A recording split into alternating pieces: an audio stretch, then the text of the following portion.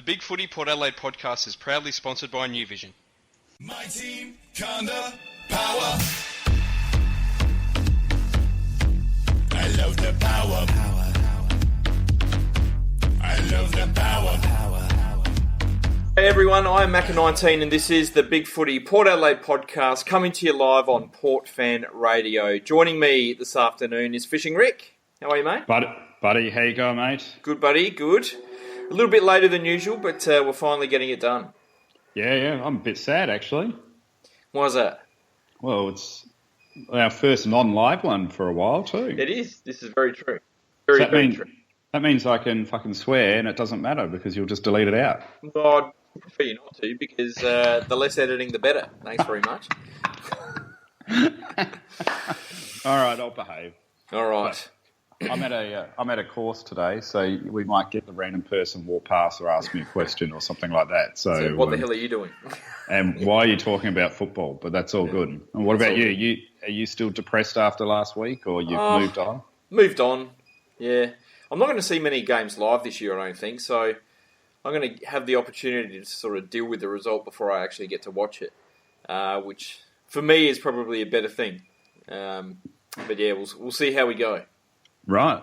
That's very unlike you. Yeah, usually in the moment I'm pretty emotional, but if I know the result beforehand, I can sort of deal with it and then watch it with a more sort of clinical eye, I guess, and see what went wrong without the emotion involved. Yeah. Which is good. But I guess we'll do a love and hate for this week, mate. Do you have a love and a hate? Well, I'll go maybe with Sean Atlee. Okay. He seems to be doing... plays for the Kangaroos. Oh, what's his name? Josh? Joe Atlee. Josh, Sean, whatever. You know what I mean. Atlee, there you go. That's why I never use full names.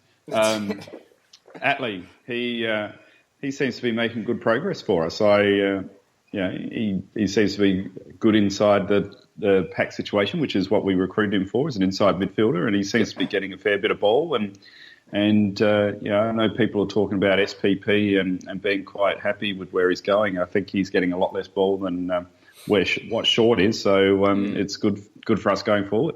Yeah, for sure. 14 touches and a goal. He was pretty impressive, and will certainly, make his point for a round one spot a bit more obvious, I think. He might sneak in, you never know, depending on injuries and all that sort of thing, but he hasn't really put a foot wrong yet, which is great. Yeah. What's your love? My love is another rookie, and that's Dan Houston, who was really impressive again down back. And I love his composure. I love his ability to read the play. And defensively, he looks really strong as well. He's got a great kick on him. I reckon get him in the side and give him a chance. He does have a good kick, doesn't he? And, he just reminds me of Portia because, I think she's already quoted it this season. It just shows that halfback flankers are easy to find. But yeah, that's it. He seems like a good player. He had 15 touches in round one and went at 100%, and he had 15 touches this week and went at 93%. So, that's certainly what we need, is someone that can use the ball effectively. And we need that coming out of defence, don't we? That seems to be one of our Achilles' heels over the last few years. Yeah, absolutely. What was your hate, if you had one? Probably just my hate is that I'm concerned that this year is going to be same as last year and the year before. Yeah. I just, I guess 13 or 14. Yeah, it is a worry because, and I don't want to be pessimistic, especially so early into the season that hasn't even started yet. But 13 and 14, I guess the pre-season sort of gave me a little bit of optimism, and then especially the coming into the 16 season, I was a little bit concerned, but I'm just not seeing anything that's really, as a team collectively, that's setting my world on fire that we're actually making progress. Do you agree? Do you think that's fair to say? I think it is a concern. I mean, we all want to make the finals this year, and if we don't, then jobs will be lost for sure, and there'll be significant changes, you would think. So certainly from a personnel point of view, I think everyone would be looking at making the finals, and we almost seem to lack a little bit of passion out there at the moment. We're just sort of going through the motions, and that might just be because it's the pre-season and we're going at sort of 70%. But You know, as we've said, we've got a really tough start to the year and we need to be performing from round one. And at this point, that round one result's not going to look too good, I don't think. So, Macca, what's your hate? My hate is, at the moment, the Trengove up forward experiment, which has not gone at all well. And, you know, we're 2 weeks in, he's taken 3 marks and had pretty much no effect on either game. And look, if we want him to chop out in the ruck, then he really needs to make his time up forward count, because we can't afford to have someone up there that's just absolutely not getting anywhere near the ball. My man Jackson, I guess there's a couple of thoughts here. One is he a victim of our system or lack of system and structure and delivery? And I guess, which I'll get you to comment on. And then the other one that I'd probably like you to sort of discuss as well is the concern here where we're trying to turn him into like this versatile player, which is actually almost going to force him out of the side. Yeah, look, he's such an underrated defender. Like, I know a lot of people are a bit 50-50 on him, but he does his job every week. He very rarely gets beaten. He's exceptionally strong one-on-one. His champion data figures are exceptional for his defensive work, and we know how well he went in the ruck last year. And I don't know, he's not a natural forward. He's never really played up there apart from a quarter here or there before. You know, it's almost like we're trying to force a square peg into a round hole sort of thing. And is that because we haven't been willing to make tough decisions on maybe other starting defenders or players that are around that sort of position? And so, pardon me, we're trying to be nice with too many players. So I'll give you an example. Tom Jonas, right? Mm. He's a good player, but there isn't room for a Homps, Jonas, Austin, and Trengove and a Cleary, yeah, and a Cleary. So they're there's not all 5. going to fit. Mm. So instead of making the harsh call and trading a couple of out, we're going to go, we can just keep them all. They're all good blokes. We'll keep them in some capacity, and maybe we'll do this. Whereas we need more midfielders. I'm not sure it's that entirely. I think it's more that, hey, look, we had Trengove who performed really, really well in the ruck last year, and even probably won us a couple of games with his ruck work. He was just about best on ground in 3 or 4 games. How do we keep that going with Ryder back in the side? Well, let's try and turn him into a quasi-forward who can then chop out into the ruck, because it's not going to work having a key defender who then chops out in the ruck, because you need to have a key defender on the bench, and that's not going to really work, I don't think. Whereas it's much easier if Trengove learns how to play forward, and if he can do that effectively, then happy days. But at this point in time, he's not doing it effectively, and that would also allow us to play another tall in Austin down back. But if it's not going to work and Trengove's just going to get 2 kicks and 1 mark every week, then it's going to be an experiment which is over before it's really begun.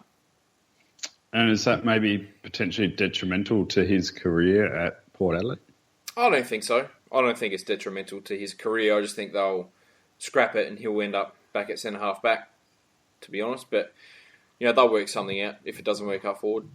Okay, so if it's not working, being devil's advocate, if it's not working up forward, and I think he's in our top 6 backmen, how would you structure our defensive 6? If he's back there or if he's not back there? He is back there. He's back there. Well, I would have him at centre half back, Cleary at full back, and Homps as the third tall. What about Logan Austin? Logan Austin would be an apology at this point. Yeah, and you might have this in your notes, but what about Hamish Hartlett? Has Houston, Darcy Byrne-Jones, Jasper Pittard, even Matthew Broadbent, are they more integral to our back 6 than a Hamish Hartlett at the moment? I think they're definitely more integral to a back 6 than Hamish Hartlett, because I don't want Hamish Hartlett anywhere near back there, to be honest. But I think we'll be clutching at straws. I think he's definitely going to be playing down back come round 1. So one of those players is going to miss out or be forced up the field, you would think. Yes, interesting times, but that's a bit off topic, so I won't derail you. That's all right. Let's go on to the review. And look, Port played Richmond in Mt Gambier on Sunday afternoon, and after a pretty decent first quarter, it was Richmond who ended up running away with the game with the dominant second quarter. They kicked 11 goals 13 to our 7 goals 9. We had no multiple goal kickers for Port Adelaide. What do we take out of this game, eh? I guess there's the two schools of thought. There's the one that it's only a trial game, and what does it matter? And I guess for Sydney fans, you can probably rationalise it like that because Sydney's got a fantastic history of not really firing up until maybe even round 2 of the season, and then they start becoming that juggernaut. Yeah. I guess what I take out of it then is, I don't know, I seem to have a more positive correlation with the pre-season where we seem to hit the pre-season well, and then that can translate into the season proper. And, that's just my observation and feeling of, a successful Port Adelaide. And so I guess I'm not really seeing anything from Port that's different to last year at this point in time. I'm not convinced the Chad Wingard in the midfield is right. But however, Chad is a big game player, right? So is Chad the sort of player that's going to fire up in the pre-season? I don't know. Probably not. I wouldn't have thought so. But, that come round 1 he's going to be ready to play and he'll probably get you 20 and 2 like he always does. So. Yeah, that's exactly right. So, I'm not... So, like, on an individual basis, if I'm looking at, say, a Chad Wingard, oh my God, he's not performing as great in the midfield as what he should. I don't think, for me, that really matters at this point in time because, I don't think he really is fired up. I mean, he still cares about the team performance and everything, I'm sure, but, it's just not that in his psyche. But I just think collectively we seem to be seeing traits from seasons gone by that haven't really been improved. Yeah. No, that's right. Look, our skills were pretty poor once again. I mean, some of that could have to do with the very blustery wind because Richmond struggled to hit targets for much of the day as well. And, the ball was swinging quite dramatically for shots on goal, and it was sort of heading towards one particular pocket most of the time. But, I guess the other concern is that a lot of the senior players did kind of struggle. We've already spoken about Trengove. Dixon did nothing once again, although he did actually kick a goal, so that was nice. Homsch was poor. Impey didn't really do much. Pittard got injured. Wingard didn't do much. Lobie was a disaster. So, there was a lot of senior guys out there that, really are struggling at the moment. Yeah. So what happened with Jasper? Oh, it looks like he's done his hamstring and he'll be out for round 1. Oh, well, that's no good. But I guess that solves one of those excess player problems that we were talking about. It does, yeah. So, yeah. So, okay. So what else are your observations? Look, I'm not too sure, to be honest. I was pretty happy with how a lot of the young kids went again. Pau Pepper was okay. Houston did his job, as we spoke about. Atlee was really impressive. Brett Eddy up forward, kicked a goal, took another few marks, and I'm glad he got that goal out the way. And it was a ripper goal. It was from deep in the pocket, about 45, 50 out, so that was really good. Bonner was the one that was pretty disappointing on the day. Defensively, he did his job exceptionally well. He kept Rioli to just the 3 kicks. But with the ball in his hands, he was turning it over just about every time he got it. Right. I mean, going back to Brett Eddy for a second, I guess, and I think some people on the board have posted it up as well, but to me, he seems to be the most natural natural forward in our forward line at this point in time. I think it's because he's being allowed to lead towards the ball a bit, whereas, as we saw for a lot of last year with Dixon, we're just sort of banging it on his head and hoping that he takes a contested mark, which I think we're coming to realise isn't going to work with Dixon, but we just keep doing the same thing. So, isn't that Dixon's responsibility to lead to the ball carrier? Well, it's a bit hard when you're sort of leading and then they sort of bang it as hard as you can. You've got to double back and, then you've got 3 people on you ready to spoil. But certainly I think it's a bit of both. Our delivery inside 50 is atrocious. Dixon could certainly lead more. And when he was leading last year, and he did break free quite a few times last year, he generally dropped the mark. So I think it's, a bit of both. They both need to improve, I think. Yeah, and I guess with Bonner, was he maybe set a different job role in his performance this week to maybe focus more on his defence? I don't think so. I think he was probably told to concentrate on his defensive work a bit more, but we were still looking towards him to release the ball quite a bit, and he was just getting caught or was running himself into trouble or just bad kicks. So, yeah, I don't think it was a different role. I think it was just a poor game on his part. Right. Well, we all have poor performances every now and again, don't we? Yes, that's true. Very true. Except for you on this radio show, you're always perfect. Always up. That's it. Look, Jared Pollock was probably my best player. He looked in really good form out there. He got 20 touches and a goal. How crucial is it that he plays consistently good footy this year for Port Adelaide? Oh, mate, he's an amazing player, and I mean, we keep going back to his 14 season, and look, he's just a great mover. He uses the ball fantastically well. We all knew that when we got him, and I was always excited to get him as a player, and I'm still excited to have him in the side. And I think, even I forgot last year what he was coming back from, and how that injury has crippled players' careers and ruined careers. So, I think a lot of us as supporters probably were very harsh on Jared with his comeback, and I think it's reassuring to see what he's actually doing this pre-season. That have a full fit and firing side. Because Travis Boak in the midfield, Robbie Gray in the midfield, Chad Wingard running through the midfield, if that's where he ends up playing, Brad Ebert, Jared, Matty White on the other wing. Jared should provide us a great option in delivering inside 50, and then hopefully Dixon can actually lead to the ball carrier and get delivered something on his chest. For sure. Look, if Pollock's going to get 25 touches, we're not going to lose too many games, I don't think, when he gets those sort of figures. So certainly, we're hoping he has a big year. Dixon and Trengove, I think we've spoken about a little bit, kicked one goal and took 3 marks between them. I'm just not sure it's going to work, but we'll see how that goes. Lobie was the other big concern. Look, we were playing pretty good footy in that first quarter. We were certainly winning the ruck, and look, Ryder did a really good job in the ruck. He was ineffective around the ground, but he certainly led the tap-outs.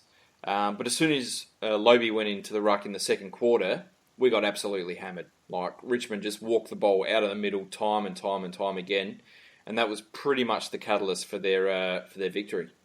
So why was that? What was the difference? Lobie was losing the ruck, you think, or was it just? He was losing the ruck. He wasn't getting his hands anywhere near the ball, and when he was, it wasn't going anywhere near our players, which we've seen numerous times before. So, Nankervis did a great job up there in the midfield, and he sort of led the way for them in the second quarter.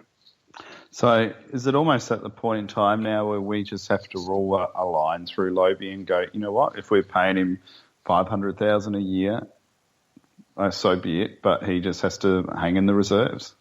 If he can't beat someone like Toby Nankervis, who's a very talented player, but he's only 20, 21 years old, there's warning signs there, and apparently he's had a pretty good pre-season, but on that sort of performance, I don't see it. And look, I'm pretty happy to ride a line through him at this point in time and say, come on down, Paddy Ryder and Jackson Trengove, and see what you can do. Yeah, I think so too. I mean, look, I think we've both been critical of at least his marking performance and around the ground ability the last couple of years, and even in his prime season, he really wasn't getting a lot of ball either. No, it was just that he was hungry at the contest, at the stoppage, and really was blocking it in and allowing our midfielders to get the ball out. But, I mean, he's not even effective of doing that anymore, so I just can't see a reason for his spot to be held in the team, unfortunately. I mean, I don't like saying that about any player, really. I mean, but it's just the fact. It's just the fact of life, isn't it? At this point in time, it's just a liability keeping a player like that in the side. Yeah. Absolutely. Look, Ollie Wines was really good as well. He had a couple of poor disposals to start the game, but overall he had a very good game. 24 touches, 7 clearances, 6 score involvements. If he can just hone his kicking a bit more, as we've said before, he's going to be just about unstoppable. Do you think it's a bit of a cop-out, or do you think the inside midfielder getting the ball out of congestion is a fair reason for his disposal efficiency maybe not being as good as someone else? When you look at the raw figures of of most inside midfielders, then their disposal efficiency is lower than normal. And that is because they do have a lot of sort of quick kicks, and they do have a lot of sort of, smothered kicks and all that sort of stuff. And but when actually watching the game, the problem with Ollie is when he's actually clear and he's missing targets when he's free, and that's the problem that he needs to solve and hone his skills a bit more that way, as opposed to the sort of quick kicks out of packs, which could go anywhere. You can forgive them because that happens 50 times a game for both teams, but it's the ones where he's in the clear and he sort of kicks it into the man on the mark, or misses the target by 5 metres, which he needs to solve. He didn't really. I don't remember having this sort of criticism of him in the first year or two. The talk when he came to the club was that he needed to improve his kicking, but it was almost like he was holding back within himself a little bit, because he was hitting a lot of targets in those first 2 years. It's only been really the last 18 months where his kicking's sort of gone a bit wayside. Maybe he's taking more risks with his kicking, I'm not too sure, but we need him to hit targets because he does get a lot of the ball. Yeah, we do. He's a great ball magnet. He's a great player. He's got fantastic physical attributes. He's a massive asset, and some people talk of him as the future captain of the club, and I can sort of see that. So.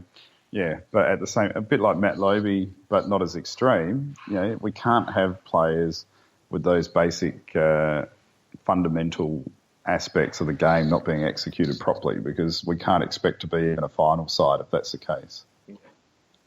Cleary down back was very impressive as well. He kept his opponent to just the one touch for the game, provided some decent skills out of the defensive 50 as well.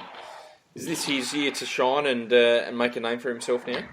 No, I think so. I'm liking Tom. What is he? Is he 23 now? Or maybe even 24? Probably his, what would it be? It would be his 4th or 5th year here. So if he's going to make it, this is the year he's got to really sort of knuckle down and make that full-back spot his own. Yeah, absolutely. I mean, look, the thing for me is that he's in that height range where he's fighting with most of the players in our side, right? So he has to be standout. He has to be hungry. He has to use the ball better, and he has to be doing his job better than the rest. And he seems to be doing that for me so far this pre-season, and even late last year when he had his opportunities, I thought he did well. And I mean, I remember a couple of years ago I was saying to you I had concerns about his one-on-one ability at the contest. But he's still that endurance beast, I would imagine. I'm sure he hasn't lost that attribute. So, I guess I've mentioned it earlier. I think he could be in there. I think Homch could be in there. I think Jackson should be in there. I'm not convinced that maybe Jonas should be in there as well at this point in time. But I guess he's really fighting with Jonas for that spot, as far as I'm concerned. It's going to be interesting to see our round one team, because there are still probably 6 or 7 spots up for grabs, really. Yeah, absolutely. Well, mate, I think there's 22 spots up for grabs, to be honest. I mean, all right, look, that's a bit extreme. I mean, Chad's a lock and Robbie Gray's a lot. But, if I was a coach, every year you'd be starting with a blank whiteboard, and then it just comes down to who's performing on the training track and who's performing in the games, and then they earn their spot on merit. Yeah. For sure. Impey had just the 8 touches, kicked a goal, but kicked it to 25%. Where is he at in his football this year? I like Jarman, and I think he's a good player. I just think it's something that he might be one of those players that just is in and out of the side. It's a competitive role that he's got with other players, and look, it doesn't concern me if he's not playing every single game of the season, because we just want form players in, and if he's just not in form at this point in time, well, you don't play him. But he's going to hit a purple patch, and that's when we've got to get him in, and I'm sure he'll do his job fine. Yeah. I mean, what are your thoughts on it? I'm not sure. Like, I was really hoping this would be the season where he, like Tom Cleary, he sort of knuckles down and becomes the player that we all kind of know that he can be. But he's had 2 fairly lacklustre opening games of the year, and we know about his off-field indiscretion in the pre-season. I I'm just wondering if that's playing on his mind, or whether losing his father is still playing on his mind. I'm sure it is to some extent. But we really need someone like Jarman Impey to step up and use that pace and that evasiveness, because Matty White's not going to be around forever. He seems to constantly be injured. He only played one quarter last year, and we haven't seen him yet this year. So we really need someone like Jarman Impey, because that run and carry is crucial to our game plan. Absolutely, and I can't disagree with you at all. So, but Matty White should be coming back this week. You got Jake Need, who puts in good cameos every now and again as well, and I guess I'm probably a little bit off topic. I think for me one of the concerns is Brendan Archie hasn't really had a sniff of getting a look in of a game. Couldn't get a trade worked out. Sort of a wasted sort of spot on the list if we're not going to sort of consider him at all. But he's another one, but he doesn't have that pace, I'm aware. But he's someone else that can maybe look at that forward spot too. So I think our forward line seems for me to be our biggest issue at this point in time. The forward line is a worry. We've got who's not performing. We've got who's not performing. Westhoff, who rarely performs, and then you've got Eddie, who's a young in terms of AFL experience, and then a bunch of smalls, and that's it. So if Dixon or Westhoff get injured, then we're going to be pretty paper thin up there, I would think. Look, I don't know. I've said it. I don't know how long I've been saying it to you for, but for all of Westhoff's great abilities, I actually think he throws our balance out of the side, because he's not a key forward, and so we were always seen to be a key forward short. Now, it was great when we had the King in Treadray, where you only needed one forward because he was that bloody good, but we're not like that anymore. And I think really Westhoff just needs to play as centre half forward, and if he can't earn his spot in the side as a centre half forward, well then he's got to go. Too bad. Yep. Yeah. That's it. Look, let's have a little chat about this week's game. We play Hawthorn in Noarlunga this Sunday for the final match of the JLT pre-season series, and we've got 4 changes to the squad this week. Brad Ebert comes back, Aaron Young comes back, and we see Jake Need and Matt White play their first games for the pre-season as well. At this point in time, Wingard and Pittard are out with injury. Also, Aidan Johnson's been omitted as well. There's a rumour going around that we're only going to play 22 players as opposed to 24 this week. So we'll probably see another couple of players fall out of that side. But what are you wanting to see this week, mate? Well, I'd actually like to see a systemised game plan. What can you tell me what our game plan is? I think it's coming together. I think our ability to move the ball from the back line up to kind of 60 or 70 metres out has been pretty impressive so far. It's that final kick inside 50 which has struggled, and we're still making quite a few errors coming out of the back line as well. But I think what we're seeing this year is a bit more of a diverse way in which we're sort of moving the ball. We're not all that predictable so far, which I think is a welcome change. Mm-hmm. It's, I guess for me, sorry, you just caught me eating something. I thought you might have... As usual. Yeah, well, I do like my food. I think for me it's all about that systemisation. What is our game plan? I think last couple of years it's just been really random.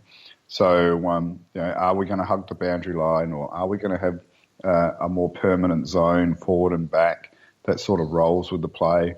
I just want to see what we're trying to do. To me, it seems a little bit ad hoc at times, and I guess I just want to see what Matt Lobie, Justin Westhoff, and Jackson Trengove are going to provide for their roles. I think they're 3 key players, really. Yeah. Because I guess it is a pre-season, so really what we've got to be looking at is structure and key players and how they fit into the role of the side. They're the most important aspects, I think. Yeah. Look, to be optimistic, and I think Jane has said this on the forum as well, we have actually played 6 pretty good quarters this year so far. It's only been the 2 bad quarters, the first quarter against the Saints and the second quarter against Richmond, where we've been absolutely hammered. for the other 6 quarters, we've kept the opposition to just 68 points for those quarters. So defensively, I think we're doing an all right job. It's just going to, I think our issue this year is going to be, once we get it up forward, can we create enough scoring opportunities and genuine scoring opportunities to win games? Yeah, but, mate, we've been saying that for the last couple of years. Most games have been, we've been honourable except for one quarter. That one quarter's let us down. I mean, how long are we going to put up with that for? Oh, that's true. It is true. Yeah. Because, again, that's a reoccurring pattern of behaviour that the team is collectively showing, and which means we're going to be that almost team once again. We were so good except for that 15 minutes or that 25 minutes. Well, that's not good enough. And they're a mature side. They're a mature side that should not be doing that. They should be switched on for the full game. Yeah. No, for sure. Look, Hawthorn's bringing over a pretty impressive lineup as well. They've got most of their key players out there. It's going to be good to see Jaeger O'Meara and Tom Mitchell and see what they're like in Hawthorn colours. They've got a young kid called Harry Morrison who I'm pretty keen to check out as well. But yeah, what I want to see is obviously competent ball use. I want to see a competent entry into the forward 50. And I really want to see Dixon actually leading and taking a few grabs out on the lead as well. Absolutely. It would be fantastic. Or, if it's going to be bombed on his head, take a couple of marks. Yeah, well, that would be good. Yeah, to see him have an actual impact and give us some hope that it's actually going to work this year would be good. Have we overpaid for Dixon at this point in time? Oh, I think at this point in time, on output, you would have to say yes, but you're always going to overpay for key forwards. And he came off his career best year, and he was growing. The previous few years at Gold Coast, he kept getting better and better. And it's too early to write off. I think Charlie Dixon. I think he's still got a good sort of 40 or 50 goals in him this year, and that's entirely achievable. Mm-hmm. So how many players in our team would you say are deserving of the salary they're getting paid at this point in time, like the high-end players? Would you say most of them, a small amount of them, 50-50? I would say most of them, I would think. Are deserving of what they're performing to the level for what they're being paid? I think so. I think Boak is. I think Ebert probably is. Robbie Gray is. Trengove has been. Wines has. Don't know. Outside of that, maybe Homsch as well. Westhoff, just does his job week in, week out, I guess. Plus, I don't think he's probably one of our highest earning players. I think, the guys you've got to look at, guys like Hartlett, and maybe Dixon, obviously Lobie as well, Jonas, they're the ones that you probably think, well, they've got to do quite a bit more. So you're the coach. I'm going to say to you right now, Coach, what are we going to do now with Hamish Hartlett? What's Hamish Hartlett's future with Port? Stick him on a forward flank and see how he goes this year on a forward flank. Mm-hmm. Because it's not going to work down back. We're not going to win. As I said last week, we're not going to win a premiership with Hamish Hartlett playing on a back flank. We're going to win a premiership with him playing in the midfield or playing on a forward flank. Mm-hmm. Wouldn't you rather him in the midfield? He's got a midfielder's body. Oh, absolutely. But, yeah, he's very inconsistent. Look, there must be some reason why he doesn't get the midfield minutes that he should be getting. Because he's got a midfielder's body. We know he can play great footy through there. But he doesn't do it often enough. He seems to constantly play everywhere else except for the midfield. So if we're not going to play him in the midfield, and it might be a body issue, it might be shoulders or hamstrings, something like that, then I would much prefer to see him play on a forward flank where he can actually boot goals from 50, as opposed to on a back flank where he defensively isn't all that great and he can shank kicks. Would he get burn off on the counter-attack, though? Would they just run off him? I don't think so. It's interesting. I mean, that's no reason to play him down back either then, really, because he's just going to get burnt on a lead. So true. I mean, he's a really interesting player because he should be dynamic for us, and yeah, it's just he amazing. hasn't delivered. He had that 1 or 2 good seasons, and he hasn't delivered since. Correct. Which is a shame because he's got all the talent in the world. We know that. But yeah, it's time for Hammer to stand up and be counted this year. Would you be happy if you never heard the term 5-year contract over the next couple of years coming out of Port Adelaide Football Club? Probably, yeah. That would be fair. That'd be good. Because it seems the players that we've given most of those contracts to haven't performed. Yeah. But I've got a bit of emotional scarring from 5-year contracts. Yeah. Yeah, it's the old line in the sand comment, I think. But it is. Yeah, all spewing. But, anyway, I think that's enough for today. And look, we'll try and get this podcast done a little bit earlier next week. Yes. And chat about the Hawthorn game. And, look forward to seeing the real stuff start in a few weeks' time. Absolutely. We'll have our routine back in action by then. And lucky our performance is only judged on pre-season as well at the moment. So it's all good. But, maybe we'll get it back up maybe earlier next week. They're going half pace, we're going half pace. So that's all right. That's exactly right. All right, buddy. Too easy. All right, see you, mate. See you next time. Cheers. Bye. Boys, though, both threatening with every passing minute. Back to full forward. Off hands. Brown needed to trap it. Couldn't quite. Hassled out of it. Port Adelaide getting numbers. Wingard